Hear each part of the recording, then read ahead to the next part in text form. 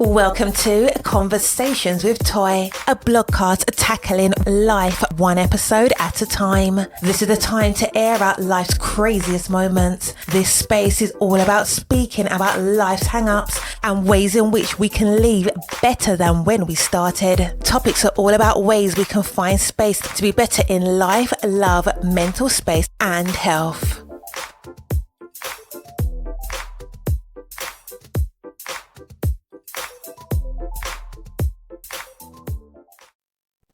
Happy Friday! It is so amazing, and I have to continuously say how amazing it is to be with you for another week, another episode. This is episode 2 of season 6, and I'm excited. Welcome. If this is your first time, don't let it be your last. My name is Toy, obviously of Conversations with Toy. I'm also as you can hear, a podcaster, but I'm also a blogger, a writer, and a content creator. You literally can find me on all of the social media as Toy Time Blog. Pinterest, Twitter, Instagram, Facebook, whatever ones that are out there, TikToks, we got them all. So I'm super grateful just again to be here with you guys for another week. I want to say a huge thank you. For those who don't know, with this being season 6, I learned from some of the best podcasters to put sometimes a little bit of a break in between your seasons to allow you to just have that good break. And that aligns with self-care for me. I talk about self-care, mental health. We're going to talk about relationships, what's going on these worldwide webs. We discuss it all. So it made sense to take the advice of more, seasoned podcasters that tell you, take a break. So with that break, I think we took about a 2 to 3 week break in between season 5 and season 6. So we are back stronger, healthier, happier, and ready to get at it. Now, last week, you guys welcomed me with some of the biggest arms. And what do I mean by that? I was kind of nervous. Sometimes when you take these breaks, you're like, do people, even care once you take a break, or it's kind of like out of sight, out of mind? Absolutely not. When I took that break and came back, y'all swam. And y'all just did y'all thing and helped just in tremendous ways. The viewships I call them viewships of last week were just out of control. They were through the roof. So to everyone who downloaded the episode last week, we had our special guest, Ariel Jacobs, who is of Disney. She plays Princess Jasmine of the Disney concert. And we had an amazing conversation about the show, which I did attend. We're going to talk about that in the episode today. And just amazing. We talked about self-care because I always talk about self-care when I talk or have any guests on the show. And so you guys just came out and just hugely supported. And I'm just so grateful for that. I am so appreciative. I can't thank you guys enough for that. So as we talked about last week, we did have Ariel Jacobs, who was our guest. She is amazing in just about every way. And I went to the concert this past Tuesday. And let me just tell you, that concert was everything. So if you're sitting thinking, should you go to the concert? Is it something that you really want to be about? I'm going to tell you, absolutely be about it. And I say that because when I attended this concert, I took my 8-year-old youngest daughter and my almost 13-year-old oldest daughter, and it didn't matter. We all enjoyed it. It felt good to listen to the nostalgia of the old songs, the stuff that we knew about. And of course, because I have children, I'm going to know about all the Disney stuff that has come out new. Honestly, to be honest with you, even if I didn't have kids, I have always been a Disney fan. And so for me, just being in tune, I want you to know they do a little trivia at the beginning before the concert starts. I got all the points. So that just lets me know that I'm obviously deep endowed within the Disney culture. And I was excited. We did have opportunity to buy some things. We did. I let the kids choose what they wanted. I was praying to baby Jesus that they did not choose. Some of the stuff was a little pricey for maybe $45 or so for just a sweatshirt or something like that. But my kids weren't even interested. They went, as big as my oldest is, went straight to those little colored wands. They're not bad though. They were 2 for $25. So gauge your prices from $25 and up. I think the most expensive thing that I saw might have been about $45. I didn't personally see anything that I wanted because they didn't have mugs, and I was honestly looking for mugs. Anyone who knows, or maybe you don't know, I love collecting mugs, and I like the most weirdest ones, the ones that have the most color, the ones that have the different shapes, the ones that have the best sayings. So I am a huge mug collector. I've recently just started this in the last couple of years. So when people get me gifts and they buy me a mug, it does not offend me. It does not make me mad. I'm excited. I have some of the most strangest, from the one I got from the Philadelphia Zoo, which is in the shape of a dinosaur. That's one of my favorites. I also got a sushi mug from one of my besties. I love mugs. So mugs are my thing. So the concert was amazing in every way. Special shout out to Kimmel Center as well as Disney Concert for having me and my daughters. You guys treated us, hosted us with all the love. We enjoyed our seats. It was absolutely everything. And let me tell you about the process. The process to get in and out of these shows were probably better than some of the adult shows. So I have to shout out. So I know sometimes as parents, we get a little apprehensive when we take our kids to these different places. And I know that I do. Maybe that's just my anxiety, but I personally had a good time. I honestly tell you, this is not a lie. I was in my car and out of the garage I parked right across the street from the Kimmel or the Academy of Music, parked right across the street. And by the time I got across the street into my car, paid out of the garage, which was only $22, didn't take us more than 15 minutes. I'm going to tell you right now, that has never happened for any concert that I have been to. And I say that because I just went to the concert with Kim and Babyface. And we sat in that parking lot. So this was at the Leo Core Center, which I know is a little bit bigger. And of course, when you're dealing with adults, things could go really, really and absolutely really left. And I would say it did. And for that concert, we sat in the parking lot for maybe 30 to 45 minutes. Yeah. It was 30 to 45 minutes. And that is no lie, no joke. That was for the Full Circle tour. But I will say that I had a great time. I mean, you kind of expect, especially for more adult concerts, you kind of expect if you go into the parking, and especially the higher you go up, the longer you would wait. And just the aggression of how people were doing, trying to cut people off, hit people's cars, people smoking at the cars. At some points, I saw people dancing and having a good time. And that's kind of like where I was at with it. We had our music on. We were just talking in the car, and giving our last not five, but, however long we were in the car, minutes before we got back into parental mode. So if you're going to a concert, I say, one, arrive early so you can get into your seats and get comfortable. Two, we didn't have any issues even for the Kimmel Center for the Academy of Music. So shout out to Disney. You guys did an amazing job. Shout out to the Kimmel Center. The staff at the Kimmel Center was great. They handled all those children with ease. I didn't see any issues whatsoever, and I was grateful for that, because sometimes kids can get a little, they're unpredictable.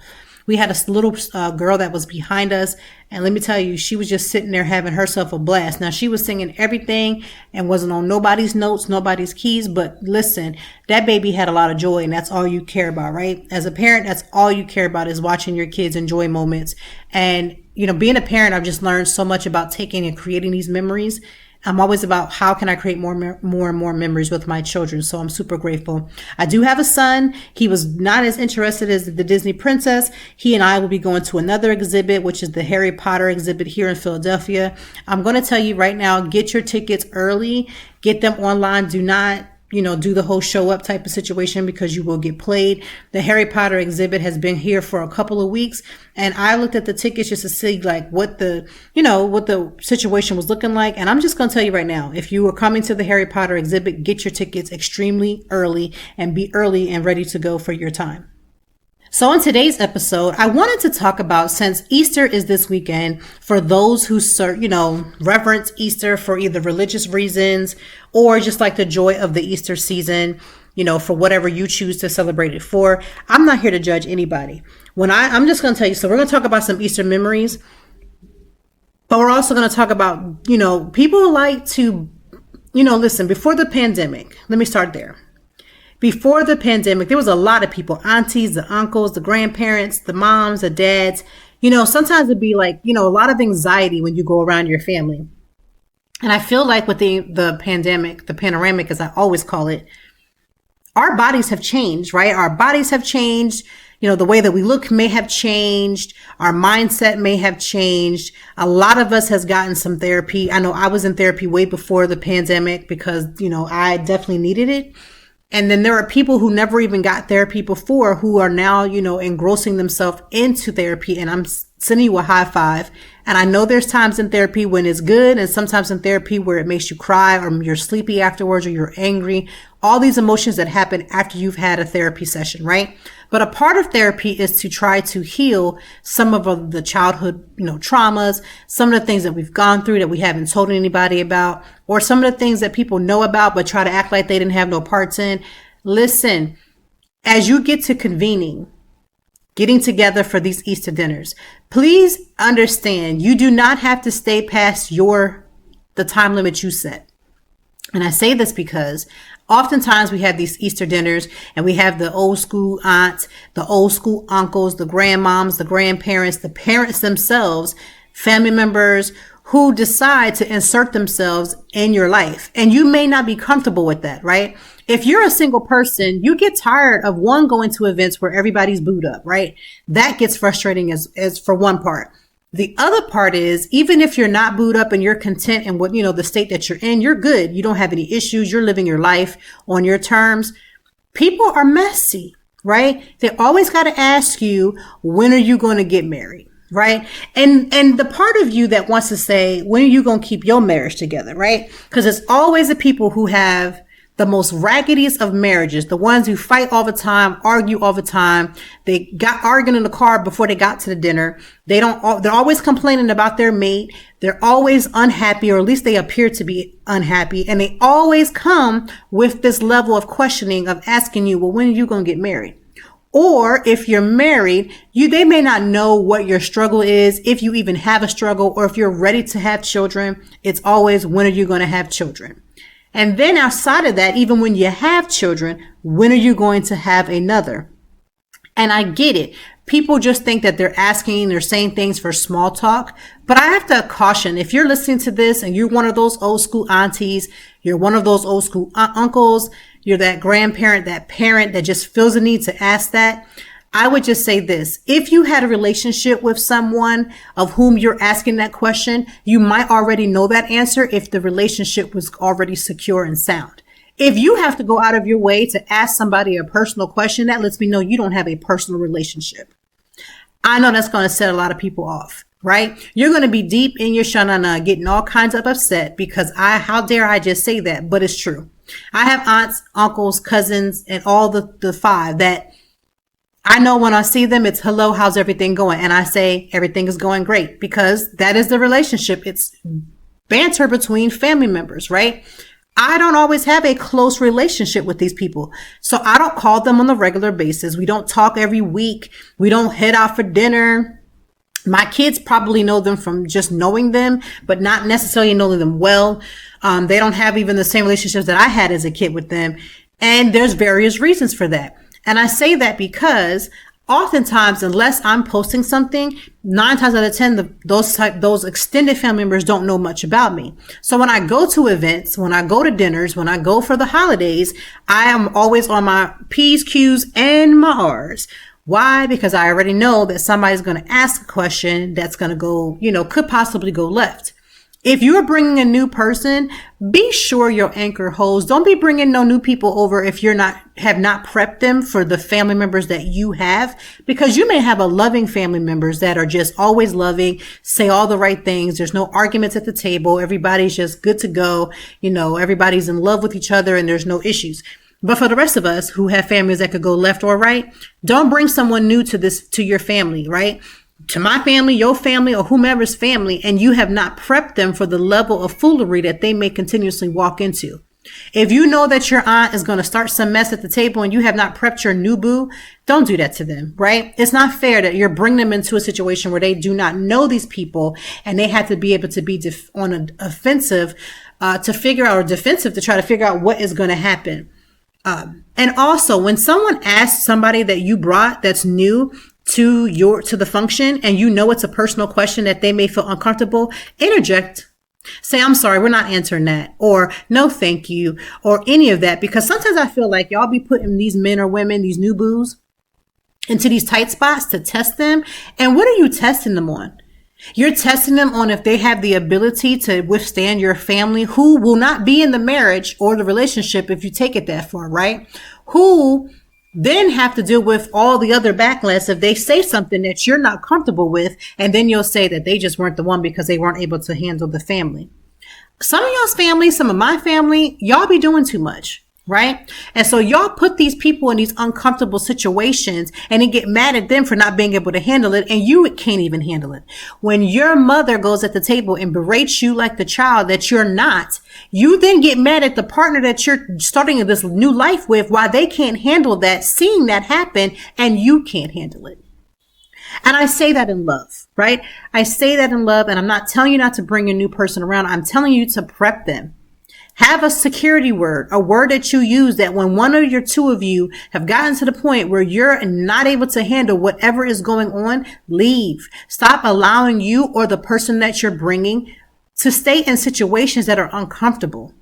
When Aunt Susie goes left, somebody needs to be able to respectfully tell Aunt Susie that this ain't how we doing things anymore, right? We're not doing that. I find that disrespectful. I don't like it. Could you stop? Now, if Aunt Susie pursues, Aunt Susie keeps on going, then it's time for you to get in the car that you came in, gather thine things, and leave. And listen, be prepared. I think the people are so ready to do that. Like, jump on that when it's time to, show this level of like, I don't like this, I'm going to leave, because you've been ready for this moment your whole life, especially for people who have been disrespected and you have habitual family members who are habitual line steppers.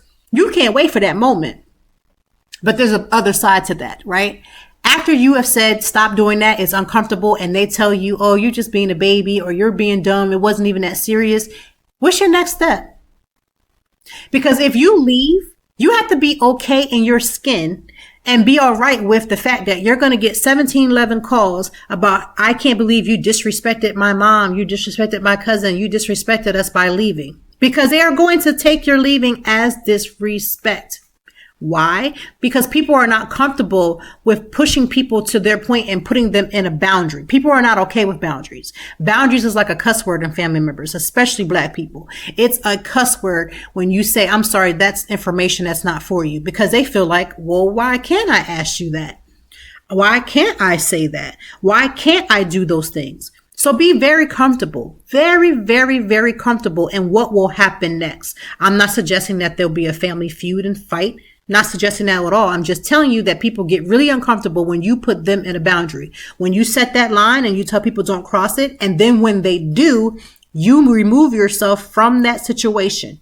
Because I'm going to tell you right now, talking to them and explaining to someone who's not ready to be in that place that you're in will not give you the results that you're looking for. If you've gone to therapy and your therapist has told you, listen, don't put yourself in a situation, so you may not even go to the function. Bravo. Do what's best for you. The flip of that is you may go to the function and your therapist says that when it's time for you to go and you feel uncomfortable, for you to leave. That could be before dinner. That could be in the middle of dinner. That could be whenever it happens. You got to be okay with that next part. That next part is you're going to be deemed the one that's too bougie, too this, you too that, she's too this. You can't say nothing to her. Don't invite her no more. You've got to be comfortable in that. And I'm going to tell you it's going to feel uncomfortable. It's going to trigger a part of pain that you might not be ready for. So have a plan in place for your self-care after that happens, whether that is grabbing something to eat somewhere else, whether that is, doing, whatever it is. There's a lot of things that you could do. Be prepared for all of that, because that is the real reality of what you may end up dealing with. I say that because I don't believe that all family members are the type of family members that would have a problem. I don't say that because I feel like everybody is going to be problematic. I say that based upon the fact that, again, most people are not comfortable with you placing boundaries. And when you tell them that they've crossed the line, that right there is already disrespect. Listen, I am about to be 41. I've had to have some strong conversations with the most closest people to me to explain to them, I grew up in a house where you couldn't say no. That means if somebody was doing something that you thought was wrong, you weren't allowed to voice that opinion. You were not allowed to say, hey, I don't like the way you're saying that, or I don't like the way you're doing things. But a beautiful part of it is You get to the point where you get grown, and grown does not come with age. Grown means that you're at a position where if something should happen, you're able to take care of it. When you get to the point where you're shown enough grown that you can walk out the door because you have your own car, you have your own house to go to, and you don't have to answer to the same people who don't understand where you're at, that's when you have gotten grown. And in the midst of being grown, you also have to understand that saying no or saying that you don't like something is no longer a sign of disrespect. No matter if the person is offended by it, they can be offended by it and you can be like, I'm sorry you feel that way, but that's your feelings to process. In the same token, you don't have to be loud about it. You don't have to come off with a smart tone. You don't even have to come off with like disrespectful vernacular. But you do have to sometimes stand up for yourself. And you do have to say, I'm sorry, that doesn't work for me and my family. Right? For instance, I'm not about a bunch of yelling at the kids. I do my best. I'm not saying I'm perfect. I do my best to try not to holler at my children because I don't feel like that is a way to actually communicate. In the midst of saying that, feeling that, living that, I would not leave my kids with someone who's going to scream and holler at them. I'm talking about from besties on down to parents. I would not leave my children with someone who I feel is just going to scream and holler. If that is their go-to, that is not my go-to for my kids. So I would never leave them for any extended amount of time with anybody that was going to do that. And I have gotten a lot of clamor of, well, you trying to raise your kids, and black people will always say this, you're trying to raise your kid the white people way, because in our culture, we're taught to hit our kids, beat them, spank them, all these different things. And again, it's up to you how you raise your kids. This is not a raising your kids conversation. What I'm saying is to you is you have to then decide once you just put those boundaries, you have to decide once you state those boundaries and you get pushback, because you will get pushback. What's the next step? What is your next step? Do you stop coming to functions for a while? Do you continuously listen? Will say this, whatever boundary you put, don't let up on that boundary. Set that boundary and let that boundary stay, because the second you let up, you lose all ground because people won't respect the fact that you set that initial boundary. So that is one. Easter is such a time for families to come together and have that good Easter dinner. Let the kids play with the baskets and the candy and do all those things. Some people dress up, and we're going to get into that. Let me just say, I grew up in the church my entire life, just about my entire life. And growing up, the whole Easter dresses and the dressing up is just like a part of like, quote unquote, the culture, stuff that I dealt with. And, you get dressed up and you have these beautiful frilly dresses and you're just so ready to go for Easter Sunday. And then you stay in our church. We stayed in Sunday morning. We had Sunday school, regular service. We took that break to have that quick Sunday dinner. And then you came back for what's called the Easter plays, where each grade or each age limit would do different plays to interact about Jesus and, Easter and all those things. When I first started to have my daughter, I still dressed her up. I don't know if we went to church a lot. We did go to church quite often, and I dressed her up and did all those Easter beautiful things. Her early pictures are like that. I gave each of my kids that opportunity to have that moment. But my youngest is 8 years old, and we now attend a Catholic church. And let me be clear, because apparently, according to my grandmother, she thought I have converted from being a Christian to being a Catholic. I have not. I am very much a Christian. I grew up in what's called non-denominational, which, let's keep it real, is a denomination, but whatever. And mostly like a Baptist background. So for me, I'm all about getting to church and getting the things that you need, regardless of whose name is on the building, and doing what you're supposed to do and living your life in real life the way you're supposed to be living it, treating people the right way. Because listen, I know people who has dipped in the baptism pool a couple times and who has a hand on Jesus's thigh, and they still come up as devils. So I don't prescribe to the thought process that if I don't put my kids in frilly church dresses and my son don't have on his, Easter suit, that we're on our way to hell. I don't subscribe to that. But what I will say is Easter growing up was very interesting, because our church, mostly my ex-pastor, he believed that, that Easter was about Jesus. It wasn't about the bunnies. It wasn't about any of those things. And we did get Easter baskets, but it was always this extra superficial, like, you're not allowed to like basically have like any Easter joy that wasn't attached to Jesus. Now, I guess, listen, for me, Easter is for Jesus and the babies. So for me, my kids are going to get Easter baskets. They're going to do their Easter thing. Whether we dress up in our church dresses, it's probably not. It's going to be a no. Oftentimes we find to be more relaxed situations. And I'm always about teaching my kids more than setting these little standards of, you have to be performative. So anytime it's performative, I'm absolutely on a no, right? If it's performative for church and church people, I am not here for no performative nothing. I've gotten to that point because, again, when you've grown up in the church your whole life, you get really tired. You get tired of some of this performative measures and some of the things that the people do and the ways you got to do it. And I don't have time for any of that. And it's not that I don't have time, because people will hear that and say, oh, she don't have time for the Lord. No. I am saying I don't have the energy for that type of performative levels of things that people do. And I'm just not here for it, but I'm not against it. Right? I'm not against it. People can do what they choose, and I'm doing what I choose, and that's just what it's going to be. But growing up in the church with Easter, ooh, child, I don't remember after we got into the church, I don't believe we had the whole Easter bunny. Like, Easter bunnies were off limits. Like, you could not, I don't even know if we were allowed to have like the chocolate with Easter bunnies. I'm not even sure. But like, Easter bunnies was like sacrilegious, right? You couldn't do Easter bunnies. It was a whole lot of you can'ts, right? And I realize now that some people just be doing the most, just that control level. And this is going to come off really rude. And I'm not even going to apologize, but I'm going to say it's going to come off rude. Some of that stuff that these, a lot of people put on us as kids, just like for reasons of just like the whole control factor. A lot of them ain't living up to that same standard to this very day. And I sat there and just thought to myself, even when I was a kid, I couldn't say no to a lot of things.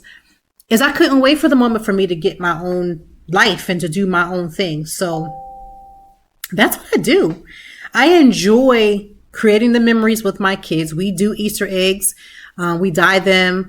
We sometimes I do Easter egg hunts, but they're getting kind of bigger now. They just kind of like, kind of over it. But we still do Easter baskets. I do a beautiful spread no matter where we are. Listen, even if I go to a family member's house, we still cook at home. So I'm going to always come home to an Easter dinner. I'm going to bake. I'm going to do all those things and decorate the house and do all those things. I have an Easter tree up right now. I just do my own thing. And so some of the childhood memories that I have are beautiful. Like, don't think that because I'm saying what I'm saying that it wasn't. There's a lot of beautiful moments, a lot of beautiful memories. But then there are some that I'm just like, what in the world were people thinking? And it's beautiful and funny at the same time to see like my parents, how they are now compared to the parents that they were when I was a kid. I'm gonna talk about that another day, but not this episode. So yeah, Easter is here. Easter is this Sunday. And, Easter should be a time of fun and love and joy. And let me just say, I find it really interesting that if you cannot and don't have some level of real joy in your whole life, like how you move and how you just take care of yourself, however you move and do the things that you do, you got to find a way to get there, because it doesn't matter what level of lifestyle you're choosing. Like, I just want people to have real joy, whatever that may be for them. And that's the real reality of where I'm at. So Easter is going to be here, and I'm going to share at the end of the episode an Easter drink for you to have, which I will put the link in the bio so that you can click on it if you choose to make it. It's for my peep lovers. If you love those marshmallow peeps, I am not a fan of marshmallow peeps. I'm actually vegan. So a lot of the candy that I actually have my own vegan stash. I'm going to shout out Smart Sweets because I work with them. I do campaigns with them. I do all kinds. I'm, a part of the Kick Sugar crew. And a lot of that is for me. So I have my own level of things, but my kids love Smart Sweets. And so, yeah, they're going to get some of that Smart Sweets right in their Easter baskets, because that's what we do. And they're going to have a good time. And it is spring break for me and the fam bam. And I say me and the fam bam because obviously as a mom who works from home, whenever they're on spring break, that means I'm on spring break, right? And I love it. I love the downtime. This week, I decided to not do outside of the Disney concert, which was fun for us for me and the girls. I did no media, anything. I moved all of my schedule for next week, which means that my schedule next week, if you follow me on the blog and follow me on social media, you will see a lot of movement because I had to move my schedule from this week to next week. There's a lot, and I mean a lot of events going on, a lot of things that are going to help you for the spring. Listen, if you live in Philadelphia and you're looking for the place to eat, to get good drinks, to do family oriented things, to do some girlfriend things, to hang out with your boys. I try to cover as much as I can from all those different perspectives. And as we're getting into some warmer weather, there are going to be some amazing outside, beautiful spaces that are very Instagrammable for you to get your shots and get your pictures and do your reels. But in addition to that, they're going to have amazing food, drinks for all. Like, I always like to showcase food for all, meaning there's some that are for vegans, some for vegetarians, some for pescatarians, all of the things. And so be on the lookout, because my spring and my summer calendar is actually already heating up. I won't shout them out just yet, because when you see them on the blog, you'll know. But my summer is starting to look real good. I am partnering with a lot of amazing companies, doing a lot of family oriented movement, because of course I love to include my children in as much as I can. Anything that can get me to do that is a beautiful thing. So I'm working with a lot of amazing companies this summer to do just that, to bring you some good family oriented places for you to go, whether that's amusement parks, whether that's some family staycations, whether that's some road trips. We are going to do it all. So stay tuned, watch for that. Because I love the fact that when it gets a little warmer, I love to be outside. I love to be on the move. I love to be on go. Obviously be on go safely, because, COVID has not changed. Panoramic has not gone anywhere. But to be on go, but also safe, is always my number one thing.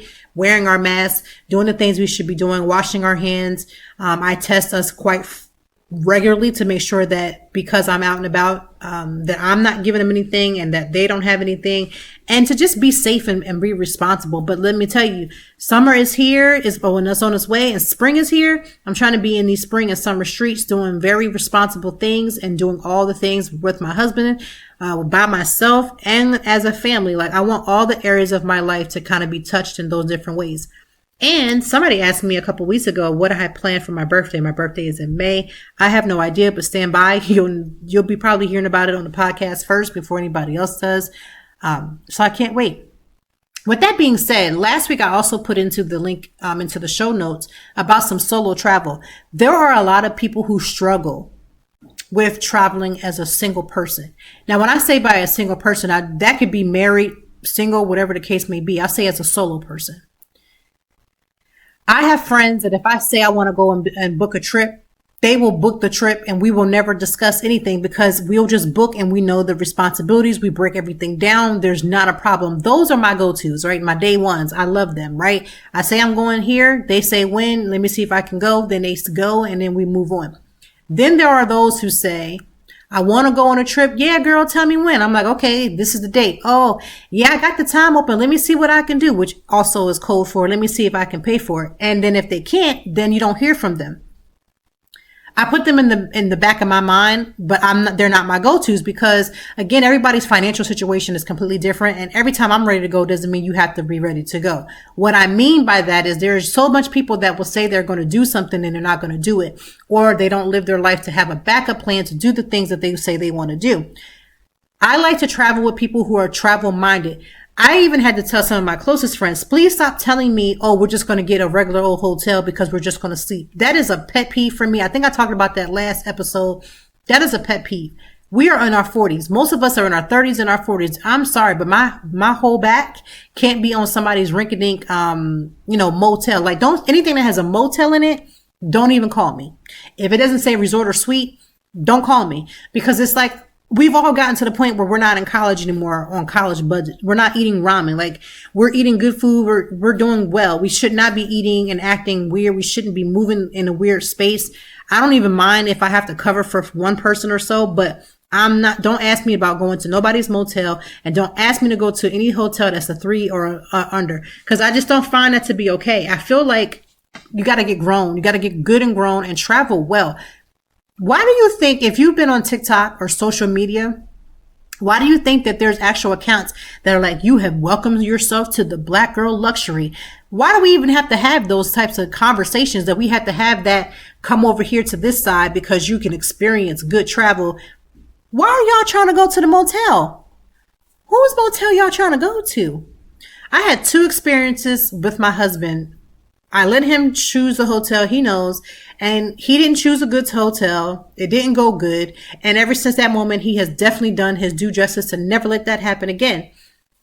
I'm not letting my babies go on these hotels and just go. Nah.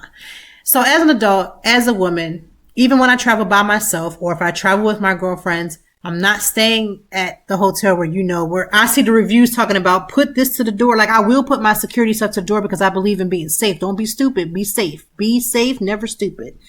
But when you see the reviews and they're like, there are people like sex trafficking you in this hotel. There's people selling drugs outside the hotel. I don't want to be at that hotel.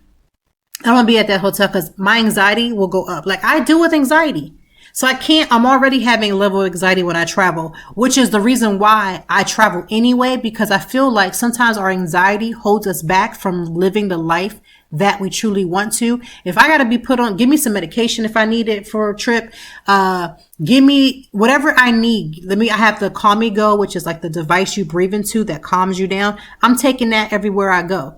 But whatever it is that I need, I don't want to wake up in my 70s and 80s and be like, I wanted to go here and I wanted to go there and I wanted to experience, but my anxiety held me back, or my lack of planning held me back, or my inability to think about my future held me back. Those are things that I don't want to experience. I want to experience learning how to move and I will bring my anxiety right along with me and just be like, listen, we got to both go together and one of us is going to drop it. It won't be me, right? My anxiety will eventually just drop. And I say all of that to say that because I don't want to be held back. I want to experience as much joy that this life has to offer. And doing so means that sometimes anxiety has to come. Sometimes those frustrations have to come. Sometimes you just have to walk past my fears. And it's a scary situation. I'm not suggesting that I just am, I have my anxiety and I just bop out the door. Let me just say, as long as I've been in Philly for 11 years now. And even with me having a strong circle of friends that I travel to these, events to, I still deal with anxiety. I still deal with the anxiety of getting dressed and going to these events and getting my life together. I still struggle. But in the midst of that struggle, I got to get up and go. I can't mirror that to my daughters of teaching them that they shouldn't wait till their friends is ready. Like, sometimes you may have to go on a few trips and their friends just have to get mad because it ain't their time, right? Or you may get into a relationship and your partner doesn't want to do these certain things. Like, sometimes you're just like, listen, I got to go. Right? You got to respect your partner and love your partner and do things with and without your partner. Listen, I know that, when Tamar was married to her husband, Vince, she used to call her and him the Velcro couple. I ain't trying to be on my husband like no Velcro. To be honest with you, I probably was on that line. So I was like, my therapist was like, girl, you got to get out of here and leave him. And like, he'll go and do his thing. And then I'm sitting at home mad because he has a life and I didn't have a life. This is when I first moved here. Since then, I have a life. I have a set of friends. I have things that I can do. I will go and do things with or without him and still come back, tell him about the stories. 9 times out of 10, little secret, if I go to a restaurant, 9 times out of 10, I'm going to bring him something back so he can experience the same thing. And when we can go, we're going to go right in the building and have a blast and a half. But respecting myself and loving myself enough to know that I can't always wait for somebody else to be ready because everybody ain't ready, right? And it's okay to not be ready. So if you're looking to get yourself up together, get your life together, move forward, move and do some things. The spring is here. Go on some trips. I want to go glamping this year. I'm trying to make that happen. If you don't know what glamping is, it's kind of like being in a camp, but it's a little bit more, a little bit more prestigious, a little bit more upgraded experience than just plain old camping. Now, I have gone camping as a child.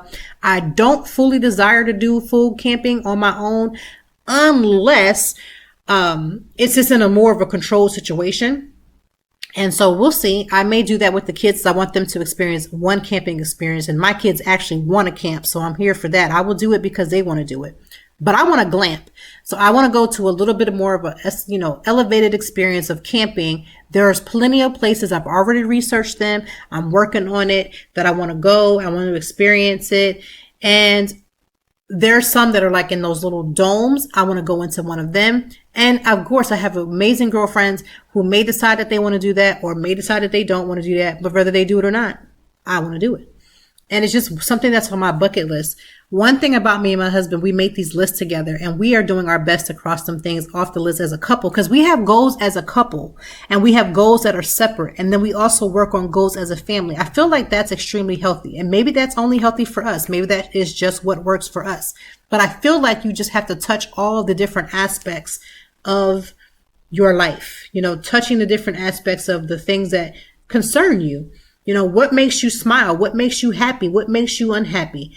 What are the things that make you tick that you need to work on? Like knowing yourself, getting to love yourself, getting to know yourself matters. And to me, I just want to make sure that I'm in the place where I'm taking care of all those different areas. I may not be perfect at it, but I want to try my hand, like my mom would say, try my hand at it and try to do what I can do to make my life and I'm not trying to necessarily make my life easier, but I am trying to make my life where I can feel like I'm living.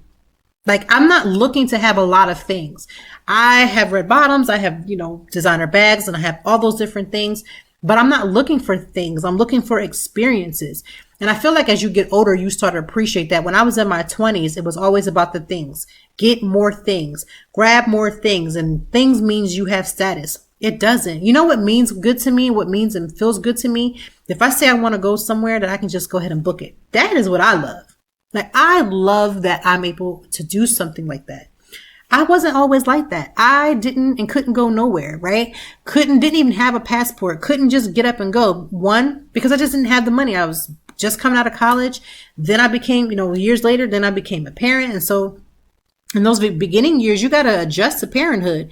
And then I did that thing 3 times. So now I have 3 children. And now my youngest is 8. She's old enough to, pull her luggage now. She's old enough to put her little backpack on and keep it moving. She's old enough to run if something needs to happen. Like, we got it. I've gotten to the place where I can move a little bit different, but I want to experience life. I know a lot of times we wait for retirement. When I retire, I'm going to do these different things. I'm probably going to add another list for when it's time for retirement. But for now, I want to just live, right? I want experiences and I want to be able to say that, I enjoyed some things, right? Knowing yourself. So the internet is doing the things that the internet does. And there's a lot of stuff going on. Kardashians are back with their new show doing the most, and people are just like, I don't have no say in it. Like, it don't make me no difference. It's neither here nor there, but the new revelations of another tape. And I read something as a mom that made me think. She was saying, Kim, when I say she, I say Kim. I won't quote it, but something along the lines of, I believe her son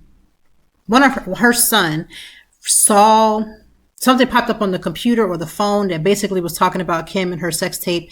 And as a mom, she struggles with the fact that she's going to actually have to have this conversation. Listen, I struggle with the fact as a parent, and I'm not even Kim Kardashian. I'm not on TV. I'm not any of that. But what I will say is, we all have these different lives and these different elements of our lives, like before kids, before marriage, before relationships, before we figure ourselves out, before therapy, before we get our lives right, before we get our minds right. There are a lot of befores. Those befores are always, unfortunately, coming back to then have to deal with. There are conversations that I'm going to have with my daughters about the way that I moved. And I'm hoping that in having those really real conversations, listen, my mother was the type of person that had straight, strong, very, forward, right to your face conversations. And what I mean by that is she didn't sugarcoat it. She didn't sugarcoat,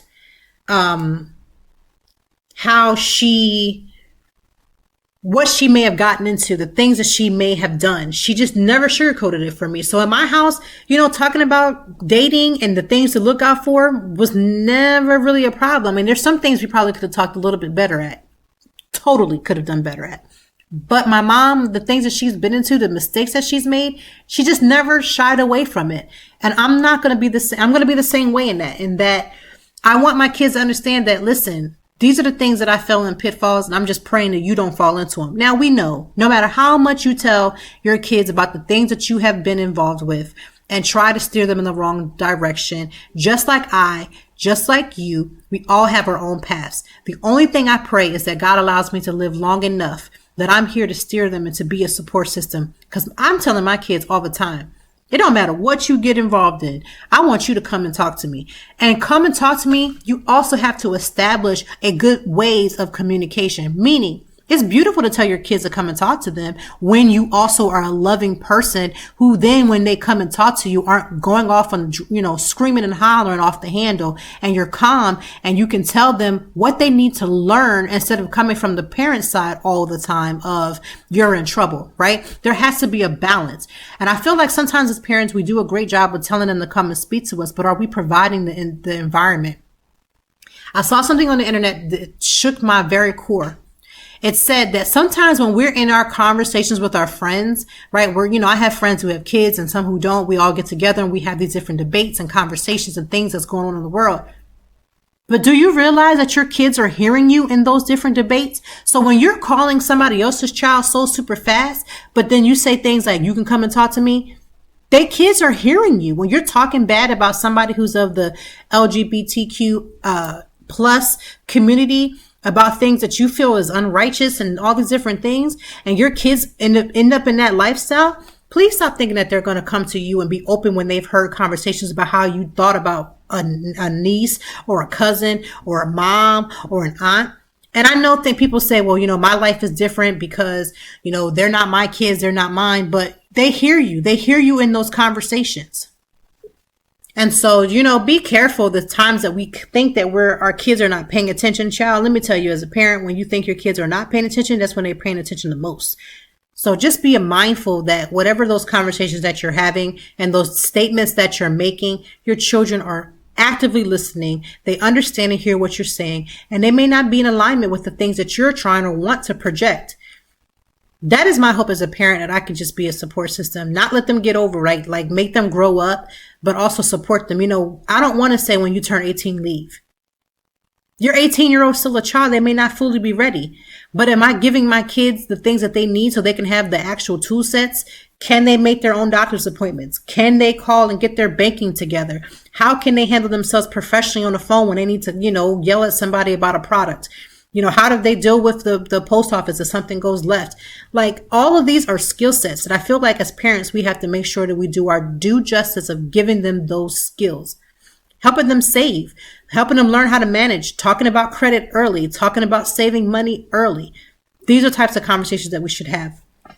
But as we're going into, again, Easter is right around the corner, and we are here to have a good time, and we're here to just have, all the things and just, whatever we can to enjoy ourselves for the Easter holiday. We wanted to get into the drink of the day. And the drink of the day is going to be inspired by Peeps. If you love Peeps, now I'm a twin. I don't know if you know, I am a twin. We look nothing alike. We are girl twins, but fraternal. And with that, she loves Peeps. So usually for the holidays, I would make her, I don't know if I'll see her, but I usually will make a basket full of different Peeps. So, Peeps have come a long way.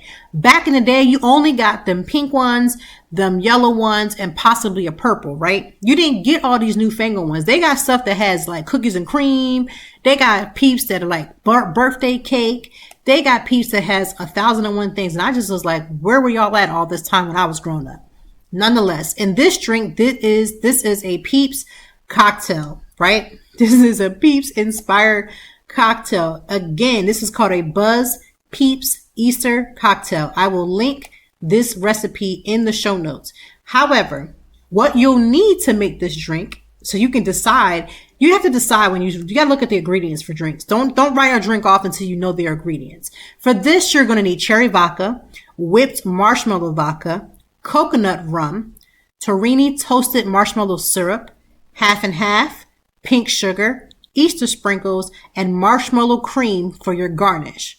So those are the ingredients that you're going to need for this drink. So if you're not a vodka person, you could probably substitute it out, but just know the ingredients. I always judge a drink by the ingredients first, and then always just be willing to try. Now, I'm not sure if I'm going to make this because me and my husband are not Peep fans, but if we were, I would make this. I probably will be doing just like a Easter, mimosa with something, garnished on the side. It makes it like a little Eastery. Bloody Marys are a great drink for the Easter, like brunch.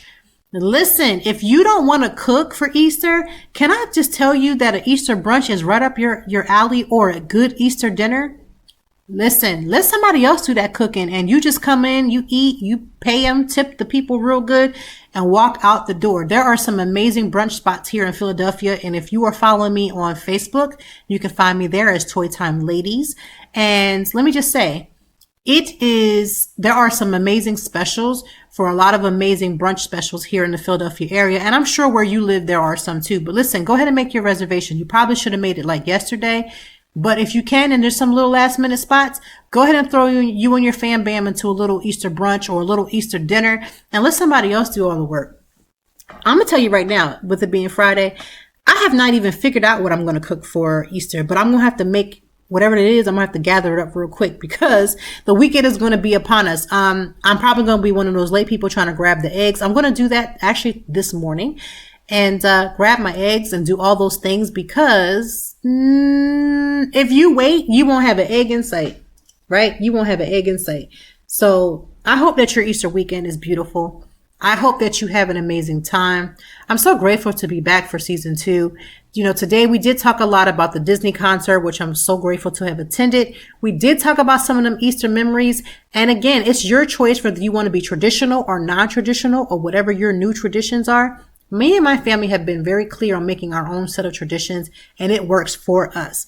People may not agree with it, but they don't got to live here with us, right? They don't have to participate in our levels of things. So listen, I'm here for all of new traditions that we make. Sometimes we get up and we just kind of like wing it, and it works for us as well. But one thing is for sure, I'm always going to find a way to bake. I'm always going to find a way to cook, unless I go to one of these brunches. And outside of that, yeah, I mean, we're just going to have a great time.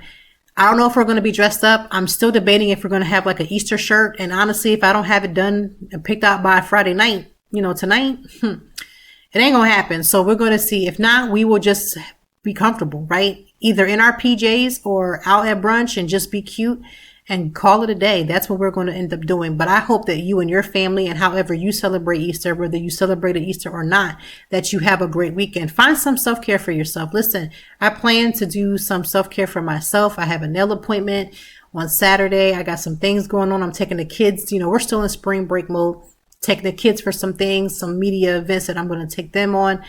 And outside of that, I just hope that whatever you're doing, if you're traveling, stay safe, be safe, do not drink and drive. Don't drink that Peeps marshmallow drink that with that good cherry vodka and then be out here doing the most. Do not get behind the wheel.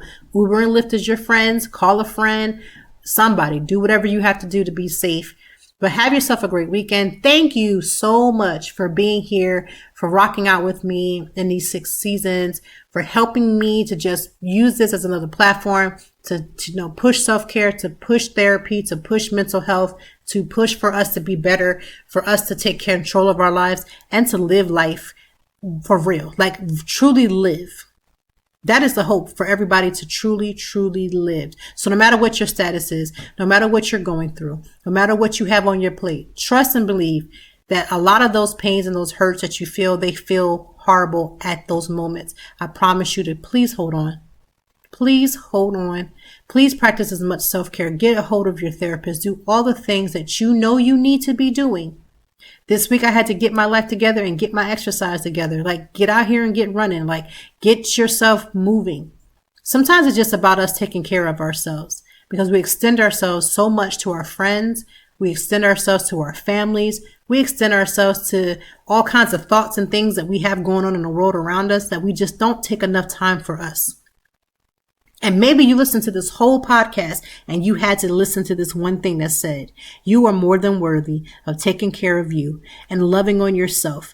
Get up and get yourself cleaned up. Get yourself right. Jazz yourself up a little bit and just love on you. Take care of yourself mentally, emotionally, and physically. Eat right. Drink your water. Listen, by the time you go to eat right, drink your water, exercise, try to find a venture to make money on the side, go to work and, take care of whatever it is that your level of responsibility is. That in itself, whether you, and then add other people to that list, that in itself is more than enough. And you're more than enough. So have a great weekend. Have a great Easter. We will be back. Next week is going to be, we're going to be back on Earth Day. Next Friday is Earth Day. That is going to be an amazing time, because I pray that we will talk about how we can do better with the earth, because I mean, it is only one earth, right? So have yourself one great weekend, and we'll be back next week with more Conversations with Toy. Thank you as always for joining me, and I know that even in the deepest or joyful conversations that there's something we can learn and apply. Until next time, I hope that you are doing better. If not, we will be back to talk some more and handle it. Peace to you and yours. Stay grounded.